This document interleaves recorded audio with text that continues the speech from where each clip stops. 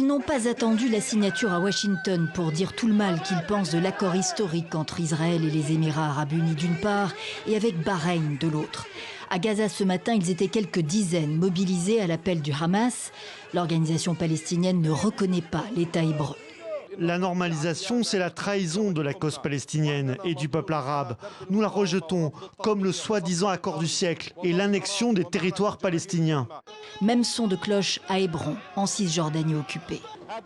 Cette normalisation s'est faite sur le dos des droits et des sacrifices du peuple palestinien. Et de dénoncer le parrain américain de ces accords. Mais il y a plus, le silence de la Ligue arabe, le Premier ministre palestinien le déplore. C'est un jour noir dans l'histoire de la nation arabe et une défaite de la Ligue arabe qui n'est plus unie, mais divisée.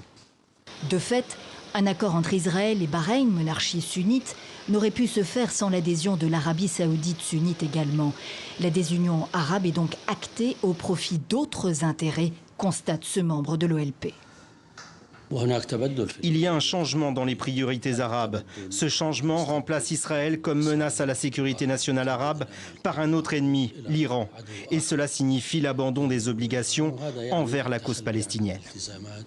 D'autres pays pourraient suivre dans la paix avec Israël, ajoute Ahmad Madjalani. Alors que les négociations israélo-palestiniennes sont au point mort, 27 ans après la poignée de main Rabin Arafat. Les Émirats arabes unis et Bahreïn sont les 3e et 4e États arabes à signer la paix avec Israël, après l'Égypte en 1979 et la Jordanie en 1994.